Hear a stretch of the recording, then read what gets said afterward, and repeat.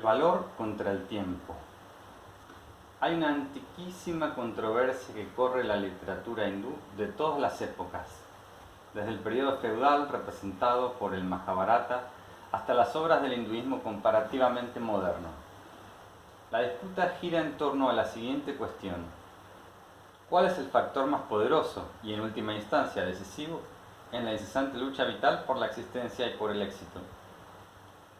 ¿El valor personal o el simple y fatal curso del tiempo? Quienes hablan a favor del primero, Virya, la intrépida hazaña y la resistencia del héroe que nunca se rinde, sino que combate todo el tiempo y sobrevive todos los reveses, que cada vez que ha sido derribado tiene la fortaleza de levantarse de nuevo y de ese modo domina y penetra la despiadada obstinación del destino. Sostiene que a fin el valor triunfa. Sin este argumento se emplea contra los flojos que desalientan, contra el golpeado por la vida que se entrega, contra el pusilánime que renuncia y abandona el juego. Esta concepción de la vida y del destino se parece a la actitud del bulldog inglés, aunque sin la creencia cristiana de que la causa justa triunfará y que la humilde aceptación de los sufrimientos como el castigo de las faltas y defectos tiene el valor de la redención. El argumento opuesto es puramente fatalista y se basa en una larga y dolorosa experiencia. Sostiene que muchos de los más valientes guerreros de la historia han fracasado una y otra vez, que ha habido hombres valientes que lucharon en vano hasta el final contra mareas crecientes que barrieron con ellos, en tanto que hombres de menos valor, halagados por todas las carencias de la fortuna, han ocupado con orgullo y seguridad el sitial de los héroes. En la historia hay diversos tiempos y mareas, hay periodos de ascenso y en los que todo apoya al héroe conquistador. Este parece cabalgar sobre la gran ola, hasta sus faltas y defectos les favorecen. Ningún revés puede quebrar su carrera, y sus enemigos, aunque muy valientes y apoyados por recursos superiores, luchan en vano por detener su marcha triunfal. El Kala, poder supremo, los favorece. Eso es todo. Pero el tiempo marcha por siglos, ora expandiéndose, ora contrayéndose. Lo que ocurre es la carrera del héroe coincide con el periodo del crecimiento. Los dioses, dice este argumento desesperado, en batalla contra los antidioses detuvieron la victoria, pero no debido al valor, no por astucia o por arte de sus omniscientes consejeros y sacerdotes brahmánicos, sino porque el tiempo lo favorecía. Había llegado el momento en que los dioses tenían que aplastar a sus enemigos y obtener el dominio del universo, y esto fue lo que los llevó a sus altos sitiales. Pero el tiempo da vueltas y llegará un tiempo en el que serán barridos. Llevados de la gloria al exilio, serán ellos quienes entonces estarán llenos de rabia impotente, mientras los demonios, ahora triunfantes, establezcan sus dominios. Nadie puede luchar contra el tiempo. Sus mareas son misteriosas. Hay que aprender a aceptarlas y someterse a su inalterable ritmo. Así que cuando el divino Krishna se encarnó en la tierra y prestó apoyo a su amigo humano, el rey Arjuna, el que fue colmado por el poder sobrehumano y parecía un héroe a quien nadie podía derrotar, pero en el momento en el que el amigo divino misteriosamente se retiró, volviendo del plano humano a su morada sobrehumana, todo cambió para la historia del rey. De nada le sirvió el valor. Una simple tribu de pastores salvajes, descastados noarios y habitantes de los bosques, sin otras armas más que palos y terrones, se llevaron a las viudas de Krishna confiadas al cuidado de Arjuna, y el que había sido un invencible guerrero fue incapaz de impedir el rapto y la violación de esas nobles damas. El tiempo, Kala, había dado una vuelta, la misteriosa corriente de cuyas aguas surgen todas las cosas y en cuya superficie cabalgan hasta que nuevamente engolfadas para ser barridas en un turbión insensible, influctuante e indiscriminado. Tal es el clásico argumento. Los defensores de uno y del otro lado, los que aceptan los decretos del tiempo y el destino, son con un misticismo fatalista, y los que sostienen la eficacia del valor. No han podido ponerse de acuerdo. Ambos coinciden, con todo, en lo que respecta a estas dos fuerzas determinantes de los dioses. No está en mejor posición que los reyes humanos o que los individuos en general. Daiva, la palabra sánscrita que significa destino, es un adjetivo sustantivo cuya significación precisa es lo que pertenece o se refiere a los dioses, Deva. Denota un factor o poder asexual y anónimo divino, algo neutro, la esencia divina, fuerza trascendente que precede tanto a las personificaciones místicas como a los dioses mismos y a todos los sucesos producidos por los dioses.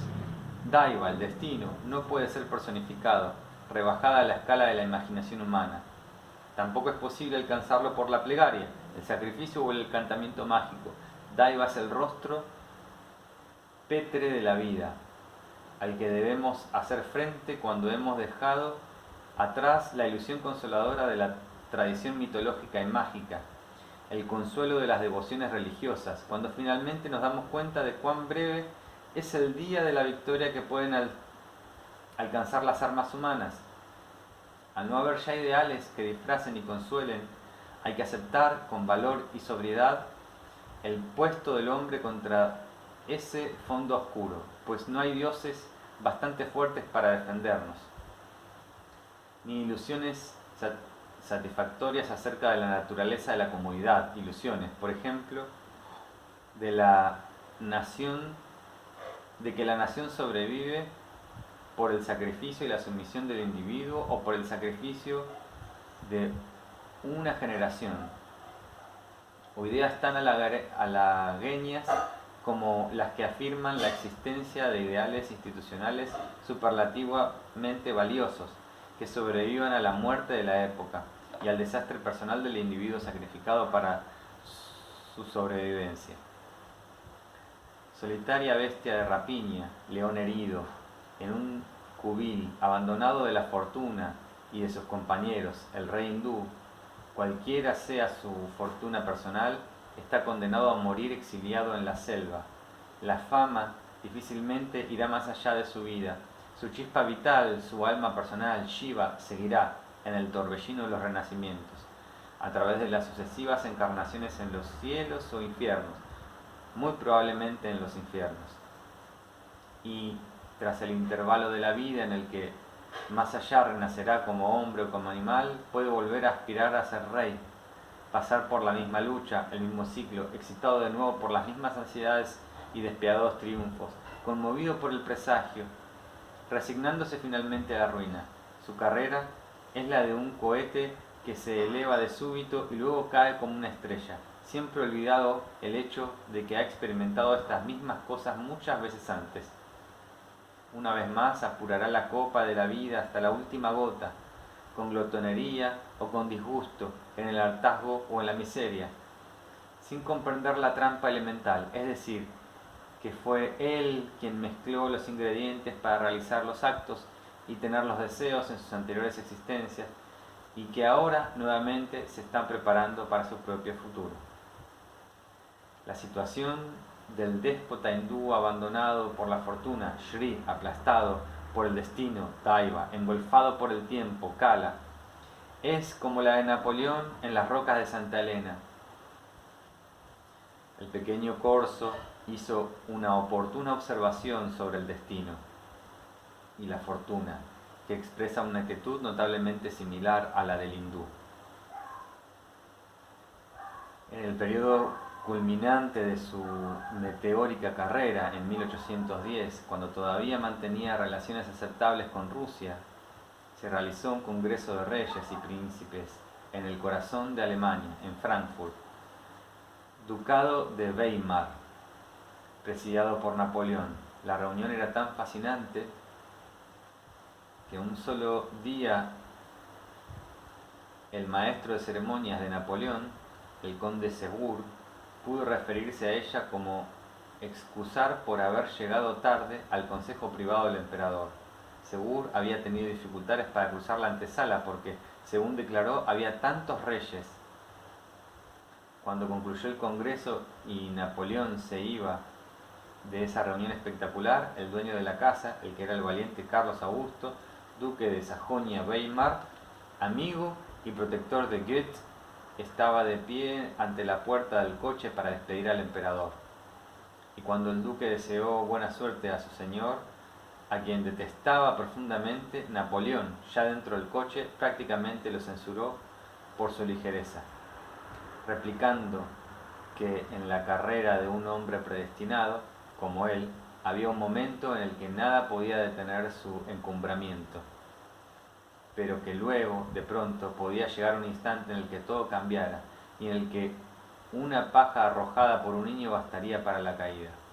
Tal fue el altivo rechazo del concepto de suerte personal occidental, el poder de la diosa Fortuna, Shri, aplicado a los hombres como él, y el enigmático pronunciamiento que apuntaba al vasto destino impersonal de las estrellas.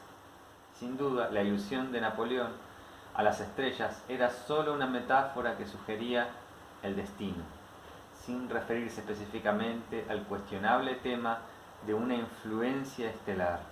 En este caso, las palabras del gran aventurero y predestinado parecían ser bastante compatibles con el concepto hindú de las mareas y los ciclos que conducen a los fuertes a la victoria y que luego se tornan desastrosos. Hay que observar, sin embargo, una importante diferencia. En Occidente, el genio político o gran jugador se siente instrumento de algo superior a él, en los momentos en los que parece ser una fuerza fatal de la historia. Es el destino encarnado, portador de los poderes que gobiernan el desarrollo de la civilización y producen los cambios de la época.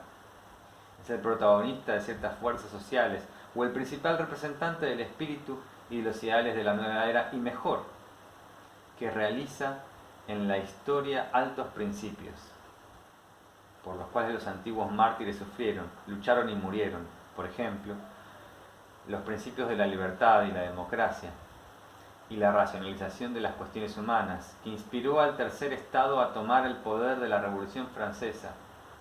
En apariencia, el hombre de acción occidental tiene que considerarse a sí mismo como el noble instrumento de un misterioso plan para el desarrollo histórico de la humanidad, como brazo del espíritu universal que produce cambios y lleva adelante la evolución. En este sentido, hasta un descreído y ateo como Napoleón, que solo creía en su estrella, en su propio genio, que está del mismo lado de quienes permanecen firmes en alguna religión establecida y que en sus revoluciones hacen la guerra de Dios. Hombres como Cromwell, que humildemente se consideraban como el vehículo o instrumento elegido por la providencia para defender lo verdadero, cristiano contra el papísimo, el verdadero cristianismo contra el papísimo, la Inquisición, los jesuitas y todo lo que él consideraba diabólica distorsión del verdadero mensaje de Cristo, que él, en cambio, no deformaba. Napoleón realizaba por la fuerza el mandato del pensamiento moderno, tal como lo crearon Locke, Montesquieu, Voltaire y Rousseau, y como puede escucharse en la música heroica de Beethoven. Napoleón era el elegido de la nueva era. Así lo consideramos y lo evaluamos en nuestra concepción occidental del progreso que se realiza a través de nosotros, del destino del hombre. Ningún mandato semejante de la providencia, de la historia de la humanidad, orla las sienes del déspota hindú. Él es quien, de hecho, posee temporariamente el poder despótico, pero no es el emisario de una nueva idea, de algún nuevo ideal de organización humana que latiera en el seno de su época y diera lugar a que él se creyera elegido para traerlo al mundo. El déspota no representa otra cosa que sí mismo, su propia individualidad y la de aquellos a quienes pagar o sobornar, ganar con favores o hacer contra su servicio por medio de una amenaza o opresiones. Y cuando cae, es solo él quien cae, junto con quienes dependía de su gobierno o desgobierno. Así, en la India, la reyesía carece del prestigio del derecho divino de la que ha prestado apoyado en otras partes, tanto en Asia como en Europa. El carácter sagrado que corresponde al Hijo del Cielo en China, el Mikado en Japón, el Faraón en Egipto, y a la corona real que es al mismo tiempo jefe de la Iglesia anglicana. En la India no se le atribuye a los miembros de la casta kshatriya, es decir, a los guerreros, reyes, aventureros, aristócratas y conquistadores, sino a los brahmanes, a los sacerdotes sabios y a los conocedores y conjugadores del Brahman trascendente. Durante los milenios, el vértice de la pirámide social hindú ha estado ocupado por los herederos natos de la secreta sabiduría del poder sagrado. Ellos, repositorios vivos de la tradición, magos y maestros profesionales, son los intermedios despersonalizados entre las zonas del poder divino y el mundo humano. Pero en cuanto a los reyes, Il y Avanti Tant de Rois, es de ellos y nada más que de ellos su valor, su destino y su agonía.